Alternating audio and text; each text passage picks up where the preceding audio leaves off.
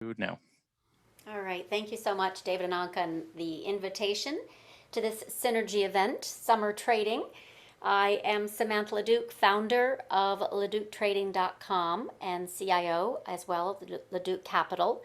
I also have a trader education service that I provide for retail and institutional clients. I am a macro to micro analyst, educator, and trader. So I've been invited to kind of share with you some of my secret sauce, my favorite technical indicators. This is very much focused on that backdrop of when to enter and exit a trade based on technicals. I believe, very firmly that entries are easy, but exits are hard, and they're the ones that pay. So technical analysis is absolutely, and a deep understanding of technical analysis is absolutely critical for managing trades or positions, regardless of whether you are an active trader intraday or swing or trend trader. So this is a little bit about who I am briefly, so you have a little feel for my background coming into the indicators that I use in support of clients. As I mentioned, I do trade for a living and support retail and institutional clients who want to understand and leverage macro influences.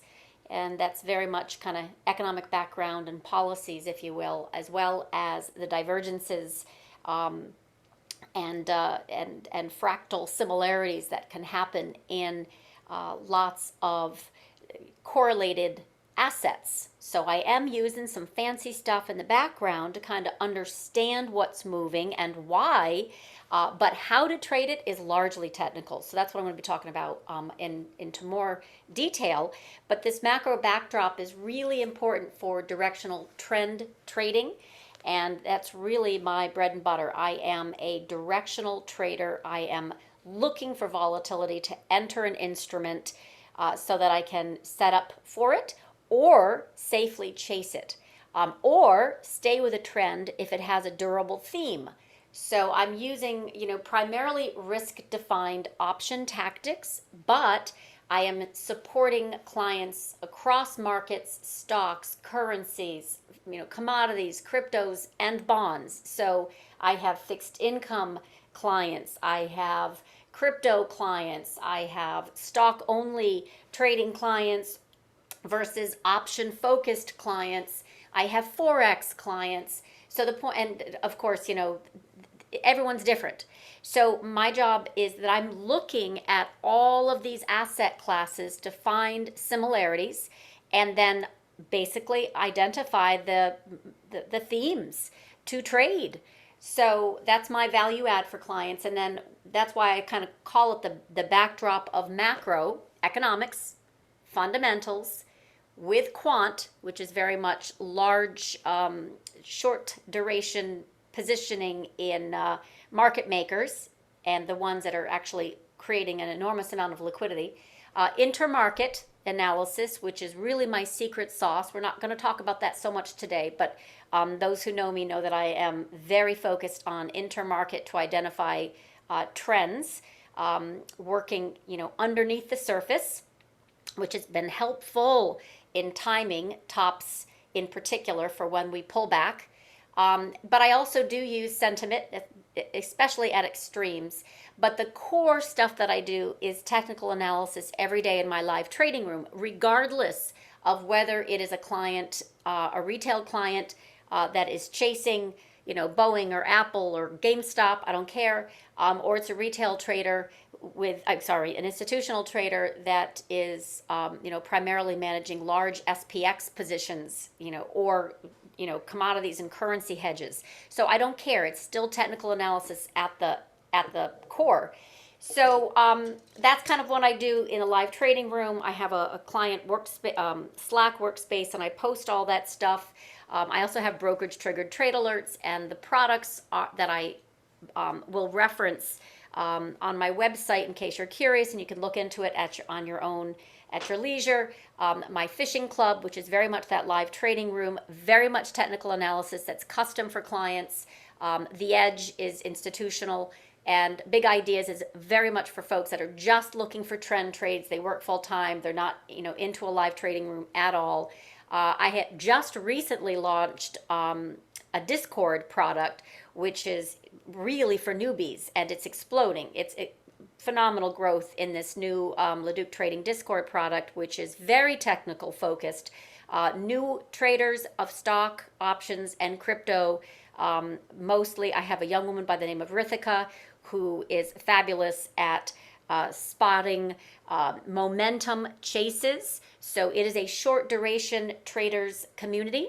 And then I offer up my macro to micro market thoughts as well as trade setups on short duration chases. So that gives you a kind of hopefully a little background. So if you have questions, don't hesitate to ask. I am a contributor to Bloomberg. I've been asked to contribute in CNBC, Lind Zanity, which is Howard Lindzen, founder of StockTwits, and very, very well-known fintech investor. Stock Charts TV, that was a really big honor. I came in and did their 2021 predictions with some real heavy hitters, Benzinga, etc. So I am valued for my market timing calls, my feel, if you will, of the market, because I love to do this, to analyze, to educate, to share my passion for trading. I call it, a little bit of my nose for news, because I am in front of the screen, especially during the morning, looking for, again, stuff that's moving and understanding why. And then, of course, I have my unique style of kind of macro to micro analysis, which I write up and post so folks understand what's happening with Fed flow or the bond market or a particular earnings release like Netflix just had. So this is all for the goal of helping investors time their entry and exits, but also, minimizing risk while making some really big year-making opportunities. And I use the same technical analysis for retail and institutional, regardless of asset class or time frame. And these are skills that I've learned over the years. You're not going to be able to emulate all that I do, right? Because I'm a solid generalist, but you will be able to see exactly what I put on my charts for technical analysis and, try it on, see if it fits. If it doesn't, put something else on. But that's up to you. But I just want to, kind of share that this is the backdrop that I come into of then presenting, what are these technical indicators that I use. They are not necessarily the stuff that helps me make the market timing calls. And I will emphasize that I am really focused on intermarket analysis for that kind of stuff. So the stuff that I'm kind of known for, which is a bigger piece of market timing calls, really does rely on intermarket analysis, and that's hard to emulate. I will be perfectly honest. Also, sector rotation calls. I've really made a career timing kind of things like growth to value or value to growth. Because those are basket trades. In other words, when to come in and buy the energy complex or sell small caps or go long big tech. So that's something that I do use technical analysis for support, but I'm using a lot more intermarket analysis and macro kind of to underpin some of these very large sector rotation calls.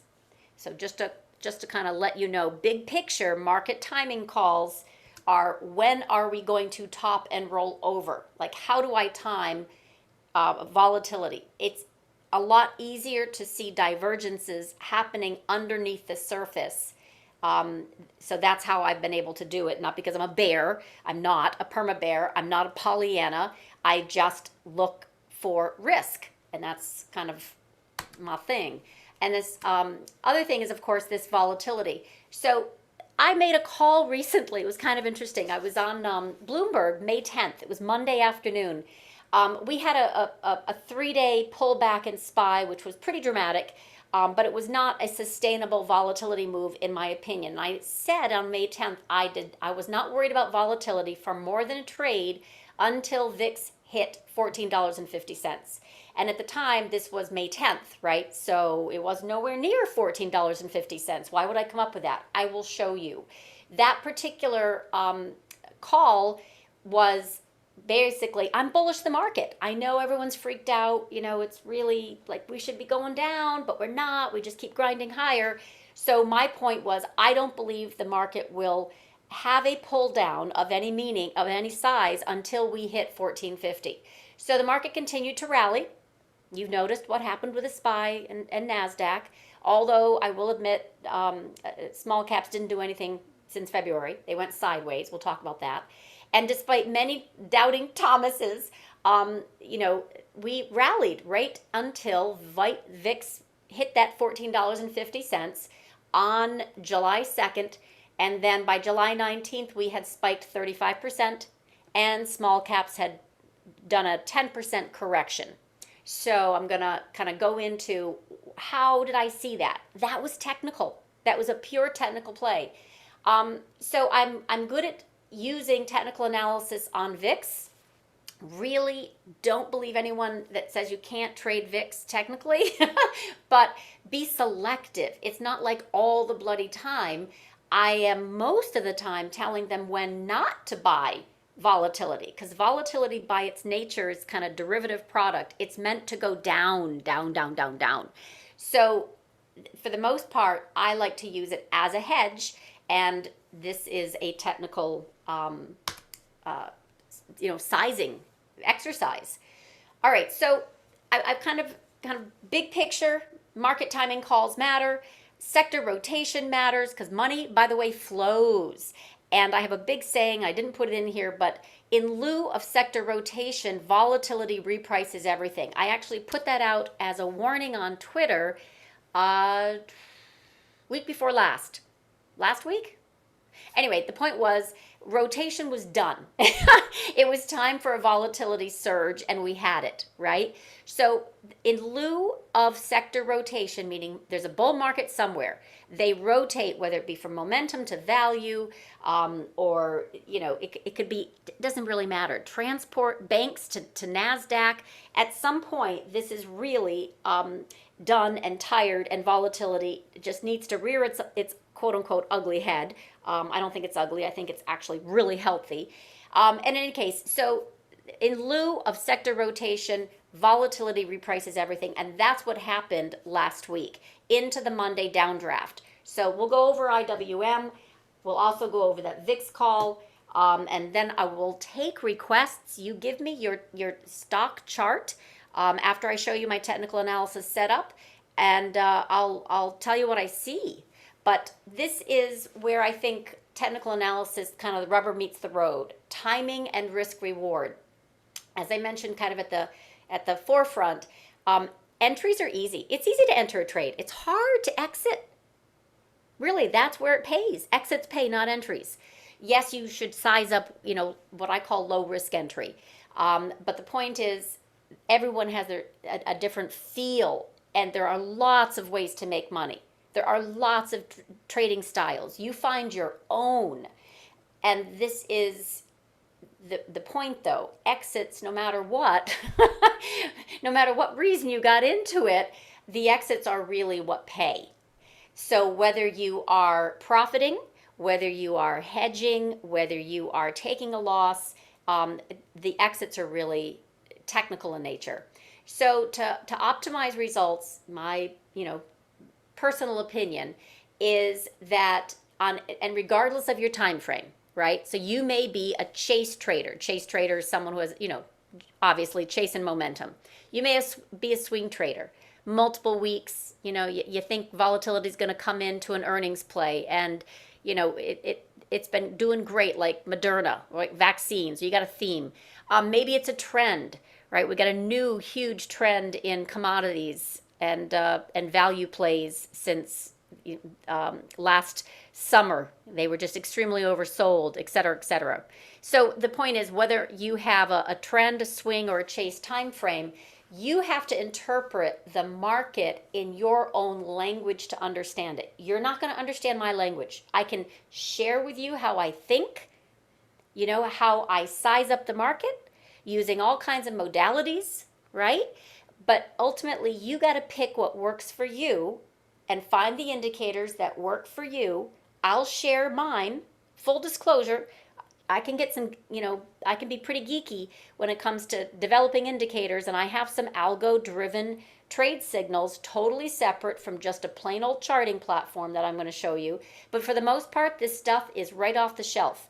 It's in a trading or charting platform. It's not custom. I don't sell custom indicators. It's just something that I use every day to size up any chart. So you need to come up with what kind of works for you.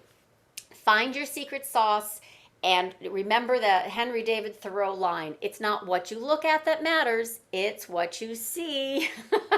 So this technical analysis, indicator suite that you come up with, whether simple or complex, needs to support your trading time frame, your trading goals, so you can manage your positions in confidence by knowing when to go long, when to hedge, when to cut bait.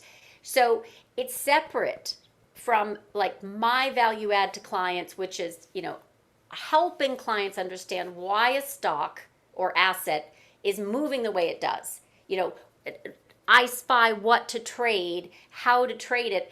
I'm doing that work just because I professionally do this for a job, and I have been doing it for a while, and this is my thing. This is definitely my thing. You find your technical analysis indicators that support your trading time frame and trading goals. This is basically, you have to interpret the market in a language that you understand. So again, just time frames do matter, and I'm just going to kind of overview how I do it. Chases, swings, and trends. And you're going to see my chart layout, which is based on hourly, daily, and weekly. And I have these side by side all the bloody time.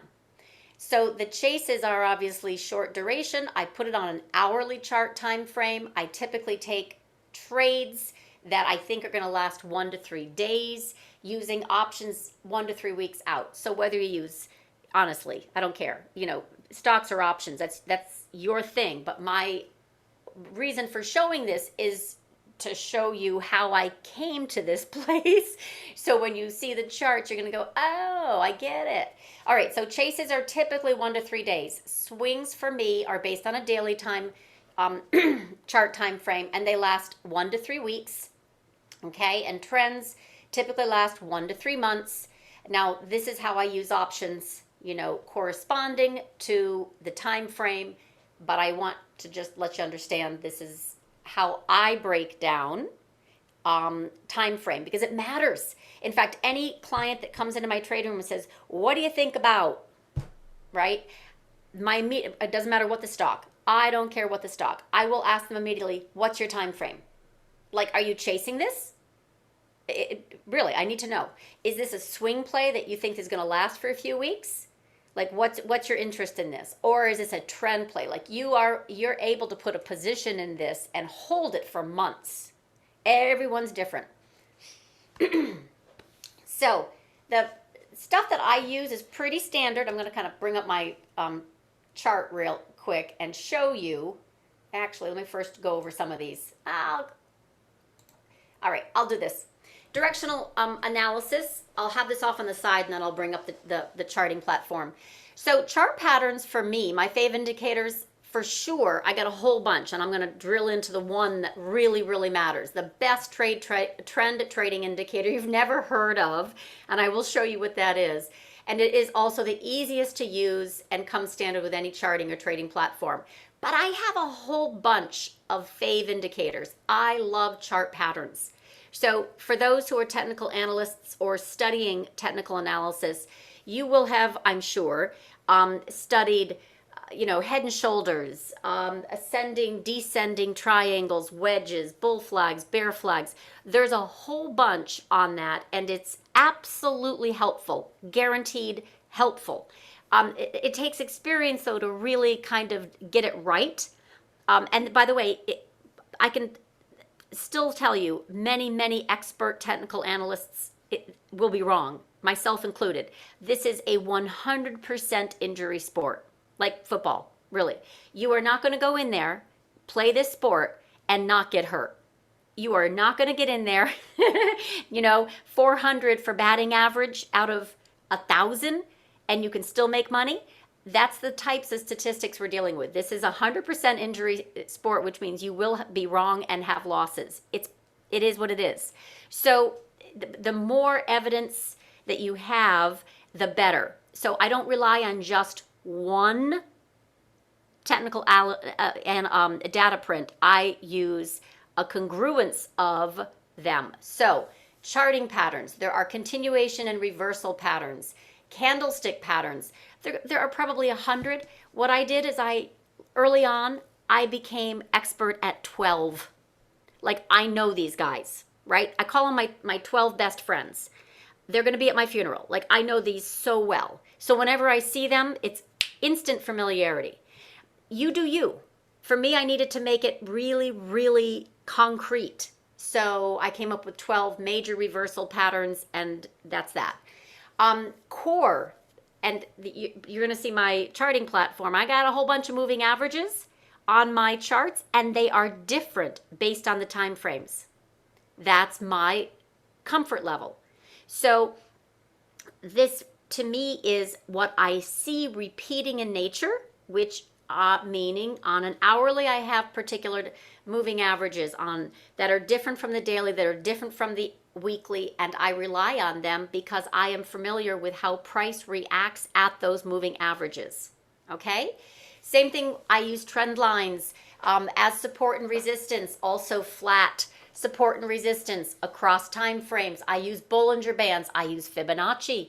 So it's when I put these together, I'm looking for probability, right? Higher probability using these technical indicators that help me identify low risk entry, profit targets, and obviously when risk is coming into the market.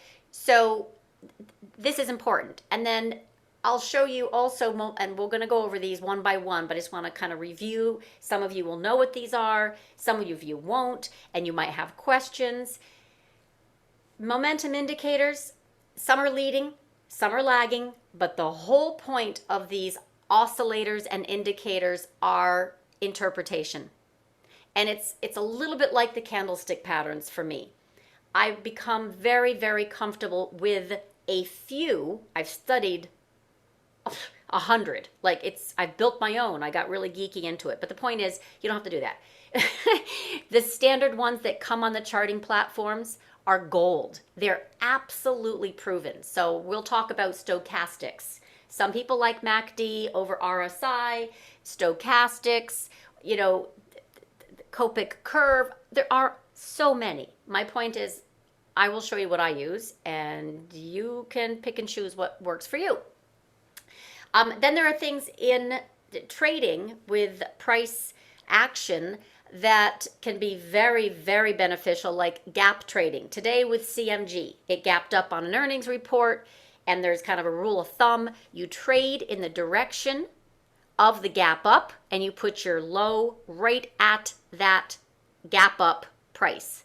So gaps can be very profitable, and by the way, that's a low risk entry long if you're chasing. For example, with CMG today was an example. All right, Netflix short yesterday or last night was an example. So Netflix and CMG are, examples just today, but you can do this on any gap, anytime. It's pretty cool. Volatility itself. I am not really into comparing historical versus implied, but I know a feel when I look at the option market and the volume versus open interest and the implied volatility. I know high versus low, expensive versus cheap. So it's a relationship that I have with option pricing that I can judge, and that's a little bit more nuanced. You can study that all by itself. We're not going to get into volatility study. We're looking at FAVE indicators in this particular series. But I also will definitely,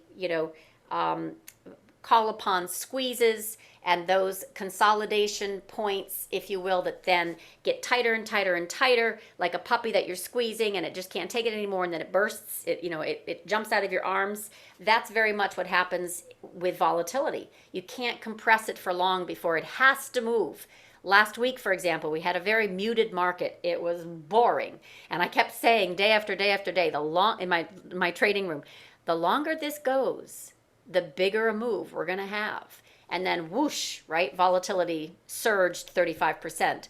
So that then creates an opportunity for shorting volatility or any outsized move. Any outsized move beyond its standard deviation is a reversion to the mean, and that's called reversion to the mean trading. And it's a lovely thing. It really is awesome. So squeezes and standard deviation moves, reversion to the mean trading, these are all some of the key, technical indicators that I use in my day-to-day. And it's totally, separate from talking bubbles or truisms like don't fight the Fed. That's too general for me. It's way too general for me. And I understand correlation analysis better than most. In other words, dollar, euro, yen, gold, oil, copper, bonds, rates, all that stuff. But that's not a timing tool. Okay? So for me, technical analysis is all about directional analysis, timing analysis, and let's get into it. Hold on.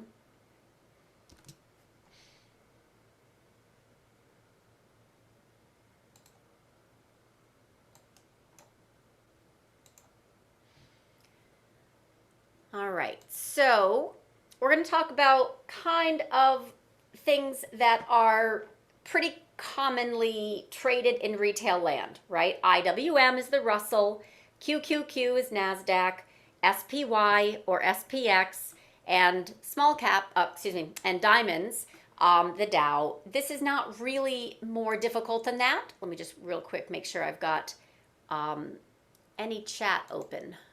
Okay, not yet, good.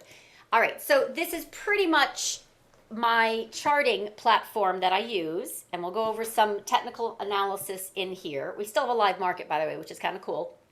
So this is TC2000. It's very much retail friendly. I have, Schwab legacy product is really basic versus TD Ameritrade has Thinkorswim for option traders, is really sexy, slick. And there are tons of programs in between, tons. The benefit that I have in using TC2000 is that not only can I create, let me just show you real quick, a screen for clients that has the hour, the day, and the week, but I also can flow my option data here, and then I can, come in and pick my weeks if I want to, or months. I can see what kind of drama is going on under the surface with the contract size. This is volume just today, for example, versus open interest. I am an options trader, so that's why I have this information here at all times. I also can create my watch lists. This is not a pitch for TC2000. I get no money for referring this. I am simply telling you this is what I'm comfortable doing, and then I can, show you what I have for indicators on a screen and then how I interpret it. I will also say that I go in to a little bit more detail on my stuff, meaning I also have, trade alerts coming in. I have a whole bunch of kind of secret sauce stuff as far as intermarket analysis that nobody would care about unless you're really kind of geeky. I make my own stuff. Yeah, I know. I hand done my own squeezes, versus buying anything off the any other educator. I don't have to do any of that stuff. I have tweaked over the years lots and lots of indicators or built them. No joke. I have actually, literally no joke, I have an algo trading signal product that was developed to help traders identify when volatility is coming into a stock or index. So I can get geeky. This is just my thing in indicators. I don't want to be. I want my clients to be able to take, and I also can do scans. So I love some of these scans where I can actually find what's moving very quickly as a potential chase, etc. So I do a lot of scans. I do watch lists. I do custom indicators, etc., etc. But here is the basic stuff that I put into my charting platform for my favorite indicators, and the one that has been the most valuable for me and for my clients for trend trading, and we're going to go over that.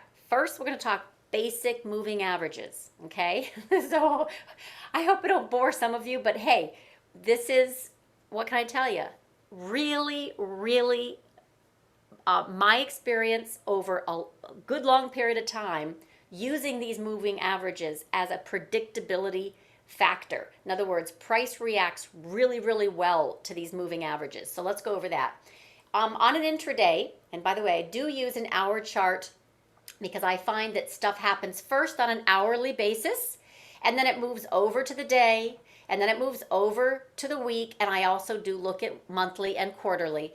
But I also use the power of a weekly to see, kind of like, this is the grandparent, that's the parent, that's the child. The child moves around a lot more, right? And you got to kind of, you can see at some point that the grandparent really has the respect or the power to squash some of these lower time frame moves. So I always have this open, okay, these 3 time frames.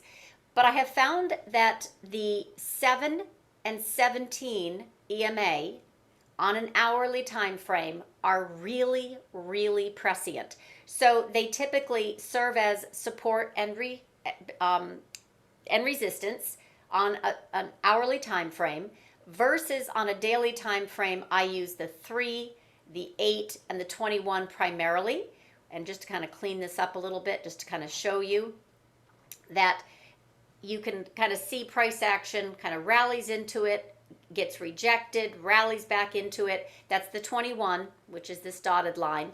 And stocks have kind of a relationship with their moving averages. So the more you trade, the more you'll get in sync, if you will, with how the stock or index trades in relationship to its moving average. And then when it gets tired like this, small caps literally moved very well right up until February. Look at this move from the Pfizer vaccine and the November election right up into February, and then sideways. So this on a daily time frame, many people talk about the 200 right here. That's this green line, simple moving average down below. But you got to go through one to get to the other to get to the other. So they act as points of support and resistance. I happen to use the 55, the 100, and the 200. I also have a very different time frame on my weekly chart. I am in love with the 10-week moving average. Everything for me is a trend trade above the 10-week, and then it is bearish below the 10-week on a close. So here's an example just to kind of hopefully make it a little bit simpler. Roku was a fabulous trend trade. Let me just kind of clean that up. Roku was a fabulous trend trade. Okay, this was obviously back in April of last year. When it got and stayed above the 10-week, it just stayed there. It came in and did a fabulous job. Hopefully you can see this really well, of pulling back in a shallow way, breakout, pullback was shallow, breakout, pullback was shallow, did not close below, breakout, continued higher, pullback was shallow. Now it went sideways, but again, didn't break this 10-week, breakout, pullback, didn't even come close to the 10-week, broke out higher, and then formed a Morningstar reversal and broke the 10-week. This was the first signal that this trend was breaking and was in trouble. So the 10-week EMA is my absolute go-to for trend trading. And you can create this on your platform, like literally. I use it a line, you make a color you like. It's a 10 period exponential. I don't know how much detail you'll have on your charting or trading software, but that's really it. That's it. It's a 10 EMA. No offsets. Really, that's straightforward. So I use this as my trend trading for every single chart I look at. And then I can assess, all right, so we're in trouble. We've broken down, obviously, on a weekly below. We've closed below. Even though we gapped higher, it was right into the Keltner channel. I happen to use Keltner channel and Bollinger Band. This is how I can see when squeezes are occurring. Bollinger Band goes inside the Keltner channel. For those of you who are paying for squeeze indicators, all you need to do is create a squeeze indicator by having the Bollinger Band go inside and then outside the Keltner channel. That's your squeeze. So in short, this is really a situation where it came down and tagged the 21, rolled into the 10 week, which is now coming down to meet it and being resistance, rolled down to the 30, reversed higher, looked like it was going to do well and then got rejected. This is the 50 week. The point is, all of this on a trend time frame helps you kind of stay in it and then know that you're going to be coming into some tricky areas where you can maybe chase it, but the trend is broken. Until it gets and stays above all this mess, it's busted. So most recently, let me now go on to kind of a day time frame. In my Slack channel, I post chase, swing, and trend time frames. That was a fabulous trend that then broke. It was busted. It needed time to figure itself out. We could do chases and swings, but the trend was done for now. Then recently, it had a fabulous move higher again, above the 10 week, exploded higher. You can see where it pierced Bollinger Band, came back in, and here's the 10 week again. So why does this matter? So here's the 10 week, and that is support now. If it stays above the 10 week, this can move higher. If it breaks and closes below the 10 week, that's a short. So on a daily, you can kind of see a pattern here, right? We had a lovely, move higher. This is called a squeeze. This is the Bollinger Band. It moves higher, moves higher. Here's the 3-day. That's a lovely, lovely swing until it breaks down, closes below the 3. Now we've got the 8, rallies into the 3. Oops, we just broke the 8, tags the 21. This is now a lower high, rolls over again. Now it's a little bit lower from where it actually broke out. This is a prior high. So now you can see this kind of, it's not snaking, it's forming a lower high, but here's a trend line. And we've got a stochastics down here, which is moving higher. I'll talk about stochastics when it comes to overbought and oversold in just a minute. But for right now, this has moved really nicely as a chase from this 397 into trend line. So now it needs to get and stay above in order to move higher, back up into this like 448 area. But all the while, I'm looking at this going, this is a fabulous move above the 10 week. Now we've pulled back. We need to obviously stay above this 400 area on a swing, and this 10 week, which happens to be 393. So 393 is the 10 week if you're trend trading. If you're swing trading, it really needs to stay above 400. And if you're chasing, it needs to stay above 411. This is all the different time frames of how chase, swing, and trend kind of come about, if truth be told. So CMG today was an example of a gorgeous move higher above the 10 week that just exploded higher, pull back to the 10 week, and then it exploded higher in earnings. Literally, I used FIB and a gap up for recommending as a chase this morning. It literally gapped up right here. I put the line, very basic, at 10 o'clock this morning. As long as it stays above 1656, this is a low risk entry long. It's done a good job on a trend basis. It's, obviously had some move below it, no question, that's when it breaks. It's no longer trend friendly. You got to tighten up your time frames. And then gorgeous. It closed above the 10 and then busted a gut higher. Very shallow pullback to the 10-week, and now that was earnings. There is no edge in earnings. I'm just kind of showing how it still did stay supportive of the 10-week. It definitely gapped higher, and then the chase was making sure as long as it does not break the open. So if you look at the open of 1656 is right here, and it's literally opened and kept going. So this happens to be a fib level. This was the price target that I gave here, saying if this is going to stay above 1656, it's going to move most likely into this 1783 area. So like literally, let me just write this real quick.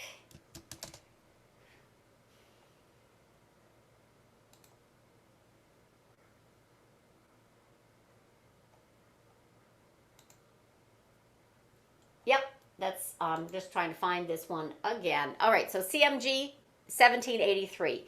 So this is kind of a combination of these moving averages help, a nice pattern. This is a scoop pattern higher. It pulled back, and then earnings. The Netflix trade was a very similar trade on a weekly, but then it had earnings and it reversed. So I had actually set up this trade, and I'll just show you real quick. Again, using the 10-week. I love, love, love the 10-week. If I can bring this in, hold on. There it is. 10-week, 10-week, love the 10-week. All right, so here is 10-week for Netflix. In other words, I posted this to clients back on, when was this? June 21st. June 21st, potential on news, was a chase idea, of Steven Spielberg partnership, but needs to get and stay above 506.22. So we're going to do that. June 21st, okay, this is this candle, by the way. June 21st was right here. Okay, that was the news. Boom, right here. What was happening? It was looking like it wanted to get above the 10-week. That was my, first of all, I had the news of Steven Spielberg, but I'm looking for a convincing move that gets above, stays above, closes above the 10-week. It did beautifully. Now, obviously, this is on a week, so you see the whole move. Then I said, I don't see any resistance between this channel and this channel, likely heads to 594 and likely even to 557. Now, these were there before I made those calls, all because I saw the 10-week acting really well as support, and you can see it here. Here's on a daily.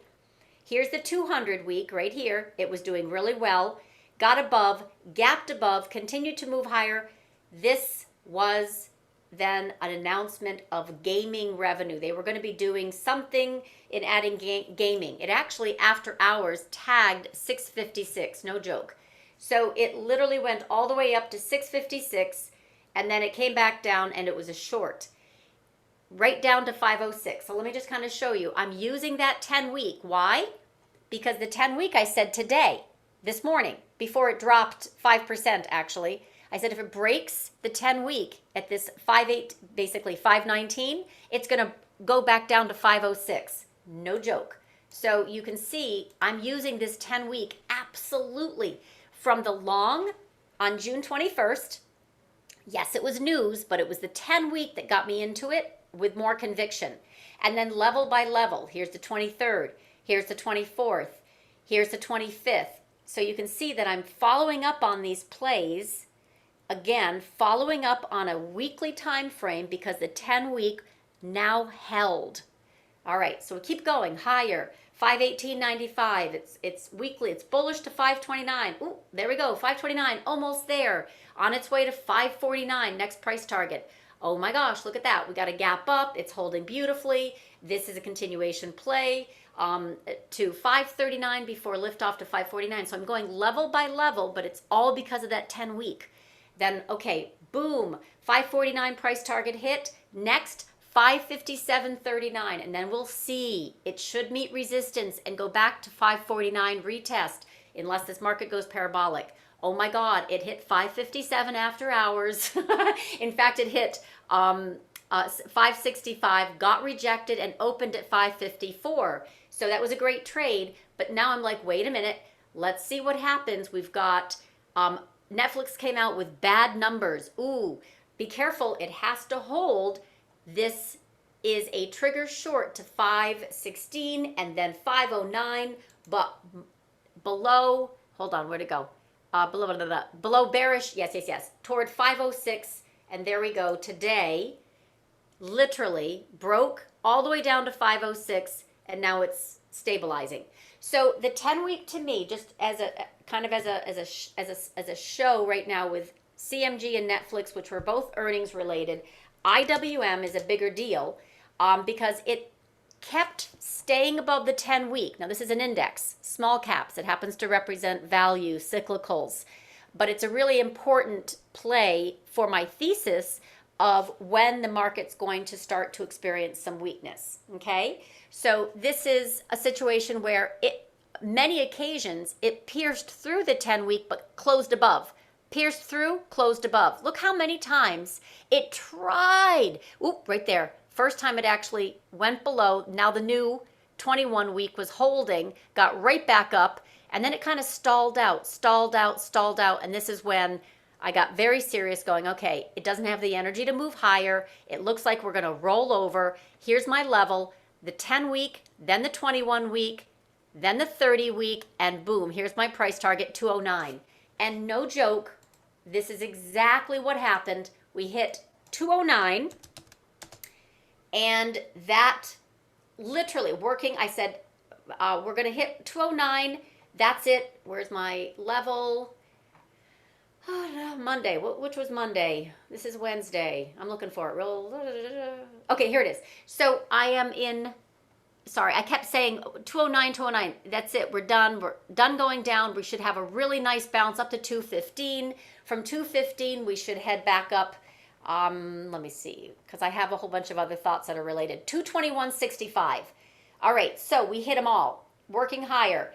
209.77 to 215. And I even gave an intraday price target on IWM. Literally posted this the other day. I said, okay, 209.77 is price target and it's really strong support. We've had a 10% pullback. Where to? We likely rally into trend line. This is a trend line that I'm also using as a, support resistance. This was support until it became resistance. Once it got up to 214.17, and I wrote, as long as we stay above 214.17, this can move higher to 217.91, and level by level, and here we are. We're right back up to where we broke down. So I'm still watching the relationship with the 10-week closely, consistently, whether it be an index, whether it be an individual stock, whether it be precious metals, commodities, interest rates. Oh my, we've had a big drop, right, on interest rates. We could, in bonds, had a big drop from August of 20%, and then they have since bounced as interest rates have fallen. I'm still using the 10-week as my tell. So separate from the macro, intermarket, sentiment, quant, fundamental, I am still looking very much at the 10-week as a moving average. So a few other notes on this. I also like Fib. Fibonacci to me is very helpful tool to kind of identify some price targets. It's not a for sure thing, but I do like to use it. So let me kind of explain. This happened to be a nice looking rejection here into resistance and then a fail. Again, once we pierced that 10-week, we got really tired, looked like we were going to fail, and we certainly did. I like to then come in here and use a fib to identify some price targets. I go from on a daily or weekly, depending on what's going on, high to low before the next high that takes out, okay? And we have this price target. Do I have it right here? Yeah. From this high to this low to that high again, basically 208 area. And we tagged 209.05, which happened to be support. That was the level that I had given to clients, 209.77. I think we're done going down. We're going to have a bounce. And we've had a 2-day bounce of size. So I do like to use Fibonacci. Also, this is a little bit difficult to see, but yeah, here we go. This is Fibonacci on a big time frame. All right, so you kind of got to imagine this is on a monthly. Or in this case, check this out. So this was a high to low, the COVID crash. If I just did a fib level right here, 100%, we're right up to this 1618 level, which is 216.48. Once we take this out and roll over, we have a big channel lower. So I do like to use fib. I do like to use a whole bunch of moving averages across different time frames, Bollinger Bands, Keltner channels, trend lines for support and resistance, Fibonacci, basically this list that I just kind of went through with you for chart patterns. Candlesticks are their own little animal, but honestly, the 10-week moving average can help you stay in a trend, and then when you get stuck, it starts to go sideways, there's distribution in play. That's all there is to say about that. So, for example, Moderna, this level, this was also a recommended long, had a beautiful hold. I'm going to do it clean and then give it a little bit more information here. But this pullback, when this moved higher above the 10-week again, I was bullish. And then it had a shallower pullback, but look how it closed above the 10-week. Yes, it pierced it, but it still closed above the 10-week. This is called a cradle formation, which I love. This is candlestick speak, which just means that auction of buyers and buyers and sellers has been resolved. In other words, the sellers have been swamped by the buyers, and they just took them out. They took out that high, and then it broke out higher. Shallow pullback, breakout higher. Shallow pullback, breakout higher. And then I kept getting asked in my trading room, what is the price target? Like, when is this going to stop? And to that, I will attempt to find a price target, because this is, helpful. Fibonacci might serve some purpose, but honestly, this is blue sky. So I did a fib projection and came up with 330. And then I wrote literally, this is the price target. It's a swag, but here's the danger. If we overshoot and then come back and break through it, that's a short. And I gave a price target of 300, and literally we tagged. So we overshot 342, and then we came crashing back down to the 3-day. So every time frame has a different moving average that I find very helpful in doing my kind of technical analysis prowess. If you have, interest in shooting me some stocks when I take a quick look at, I will, or answer any questions, I will. I do also have, as I mentioned, hold on, let me just get this. This is my website, LaDucTrading.com. I do have risk indicators, which are algo-driven trading signals for chase, trend, and swing time frame. This one runs every 30 minutes. This is twice a day, and this is daily. Obviously, these are, chasing directional market changes. In other words, bullish or bearish. It literally gives you a signal, and you can set up alerts across 300 ETFs, et cetera, and it will give you signals of when this triggers. So I also, for those who might be interested in learning a little bit more on the chase side, I have a Discord channel. It is very popular. It's a kind of I want to call a noisy community. There are lots of folks who are learning both technical analysis and options. It is run by a hot ticket by the name of Rithika. It's also extremely affordable, $35, $75. This includes my market thoughts. This includes my market thoughts and my trace trade setups. I obviously run a full boat trading service, which includes live trading room and my Slack channel. There is a very nice summer fishing club special that my marketing director has put together for clients who want to come in from this particular presentation, and I think it's a great opportunity to see how I do this analysis every single day, which is custom. And then when this is done, I know that David will be posting it on the timing research website for the Synergy Conference. I will also be posting it to my YouTube channel down here under featured presentations.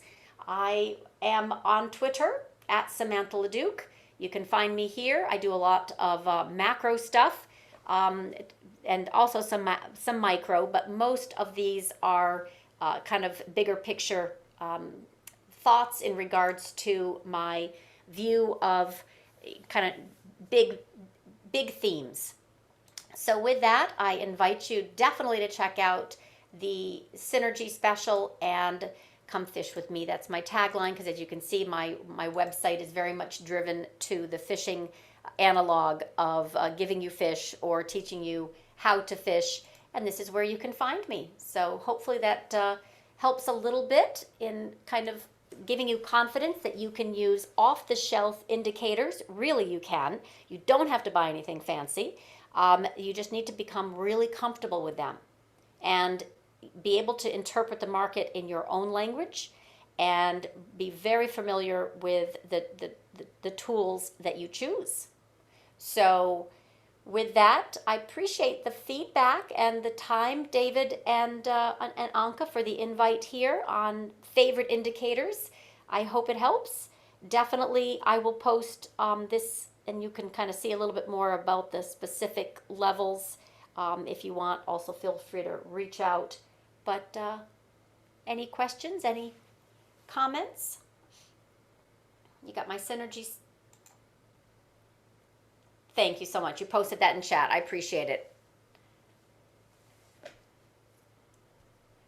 Yay. All right, yeah, and if you have, okay, so I just am seeing Hibb. Let me just take a look and see if there's anything here. So Hibb is a specialty retail player that was really gorgeous. Fundamentally as well, it was extremely oversold with LB and HBI, Hanes.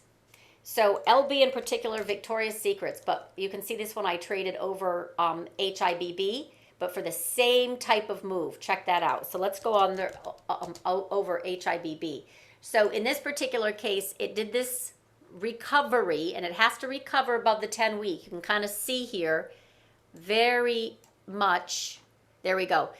It got above and stayed above back in May of 2020. It's just not safe until it does. So from 2020, then we got extended, as in really extended, and it hit a weekly time frame and then came back in. That's a reversion to the trend. In other words, look how this got rejected to the 10-week, but then held. It did close below, but it still did not, crash and burn. It really just did a nice shallow pullback. And now look how it's hugging that 10-week. Pulls back, didn't close up below. Look, it didn't close below. Saved to the 10-week, broke out, came back in, didn't close below, didn't close below, didn't close below. This is a recording. And then you keep going. This was one, it did close below. You would have been shaken out if you followed this particular rule. But then guess what happened? It got right back in. So this is still in play. This is still in play. And retail, by the way, as a sector is still hot. The PE ratios for big tech are like 30 times. It's like 29.7, but you get my point. For value plays like oversold retail, they're still like 9 times forward earnings. Base metals are like 4 times forward earnings. Big tech, 30 times. And we're not even talking about, some of the hyper growth tech that are 100 times. So this is still a great trend trade. Robert, that's a good pick. It's not going to be hot fire flames. It's very low option market, but it's fabulous. It has done nothing wrong except once.